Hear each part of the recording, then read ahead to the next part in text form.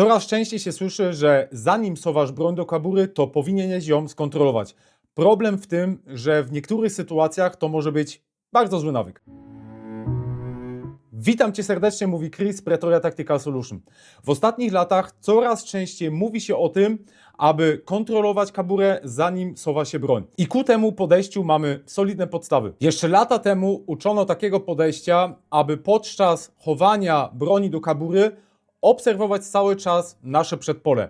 Pochodzi to bardziej ze środowiska służb mundurowych i celem właśnie tej obserwacji przedpola było to, aby być gotowym na kolejne zagrożenie, które może się w każdej chwili pojawić. Jednak takie podejście wiązało się z pewnymi negatywnymi konsekwencjami. Kontrola kabury wzięła się stąd, że często dochodziło do przypadkowych wystrzałów podczas chowania broni. I było to spowodowane między innymi stresem, czyli osoba, która była pod wpływem dużego stresu, miała ograniczoną precyzję ruchów, tak? I dochodziło do tego, że palec był kładziony na języku spustowym, co powodowało właśnie przypadkowy wystrzał. Zdarzały się przypadki, że odzież wierzchnia wdawała się na przykład do kabury, jak na przykład sznurek od kurtki, który wchodził w kabum pistoletu podczas chowania, co też z kolei powodowało przypadkowy wystrzał. No i ogólnie bardzo często dochodziło też do braku kontroli palca na języku spustowym. A teraz przerwa na małą reklamę. Bum. Jeżeli ten materiał Ci się podobał, zostaw na dole koniecznie subskrypcję. Jest to dla nas ogromna motywacja do dalszej pracy, bo robimy wszystko z myślą o Was, aby to Wam przekazywać naszą wiedzę. Tak więc subskrypcja. Koniec reklamy. Bum! Bardzo często widać też na nagraniach interwencji policjantów, jak policjanci pod wpływem stresu starają się chować pistolet do kabury, ale stres powoduje, że nie potrafią ten pistolet schować do kabury. No i nie ma co się dziwić, bo policjanci, jak i też żołnierze byli ćwiczeni do tego, że obserwujemy cały czas nasze przedpole. I wszystkie te elementy składowe, o których Wam przed chwilą powiedziałem, powodowały zmianę podejścia, no i zaczęto kontrolować kaburę, zanim chowamy pistolet. No i tutaj główne argumenty przemawiające za takim podejściem są głównie względy bezpieczeństwa. Mamy tutaj możliwość sprawdzenia, czy coś nie blokuje naszej kabury. Możemy spokojnie zerknąć na kaburę i potem schować pistolet w czysty sposób. No i redukujemy ryzyko przypadkowego wystrzału. I dlatego wiele osób uważa, że kontrola kabury powinna być standardem. Problem jednak zaczyna się, gdy spojrzymy na całą sytuację z perspektywy taktycznej. Sytuacja może się w każdej chwili dynamicznie zmienić. Napastnik może być cały czas zagrożeniem.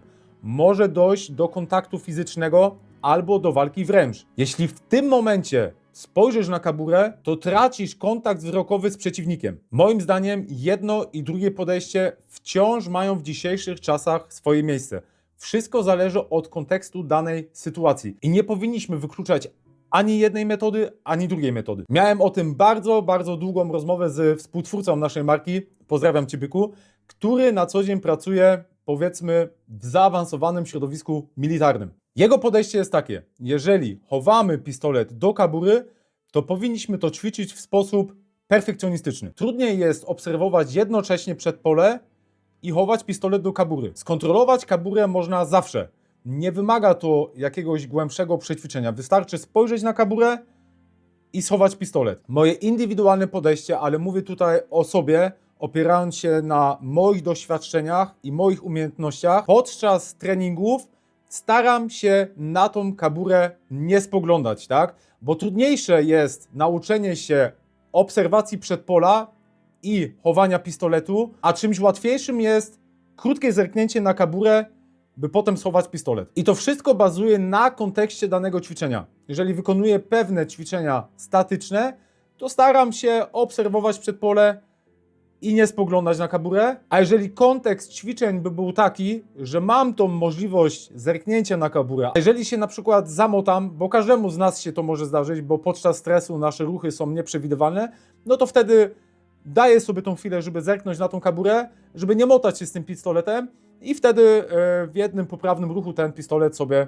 chowam. I nie mówiłbym nawet tutaj o sposobie, w jaki ja bym nauczał tego kogoś innego, bo czymś innym jest szkolenie, która nigdy nie miała styczności z bronią, albo jest świeżo po patencie strzeleckim i ma pozwolenie na broń, a czymś innym jest szkolenie policjantów bądź żołnierzy, bądź osób, które już z cywila przez dłuższy okres czasu pozwolenie mają i regularnie uczęszczają w jakichś szkoleniach strzeleckich związanych ze strzelectwem bojowym. Tutaj metodyka nauczania jest zupełnie inna w tych obu przypadkach. I wydaje mi się, że tutaj warto by było szkolić osobę, która jest świeżo po patencie strzeleckim, a ona ma pozwolenie na broń w taki sposób, aby kontrolowała kaburę podczas chowania broni. A z kolei uczyć tego drugiego sposobu, na przykład policjantów, żołnierzy, bądź też osób, które już mają większe doświadczenie z bronią, które regularnie chodzą na szkolenia i wtedy można podejść do tej drugiej metody, czyli jednoczesnej obserwacji przedpola i chowania pistoletu do kabury. W strzelectwie sportowym, obronnym, bojowym czy też ogólnym, taktycznym nie ma jednej zasady, która działa na wszystko. Nie ma jednej techniki. Wszystko jest uwarunkowane danym kontekstem. I moim zdaniem, tak jak już mówiłem wcześniej, warto ćwiczyć po prostu obie rzeczy. Ja mam nadzieję, że ten materiał był jak zawsze dla Ciebie dowartościowaniem. Troszeczkę krótszy, ale byłem zdania, że warto zrobić z tego pełny odcinek. Dziękuję Ci za oglądanie. Jeśli jeszcze tego nie zrobiłeś, to zostaw na dole koniecznie subskrypcję, zalajkuj nasz kanał i do zobaczenia na treningu.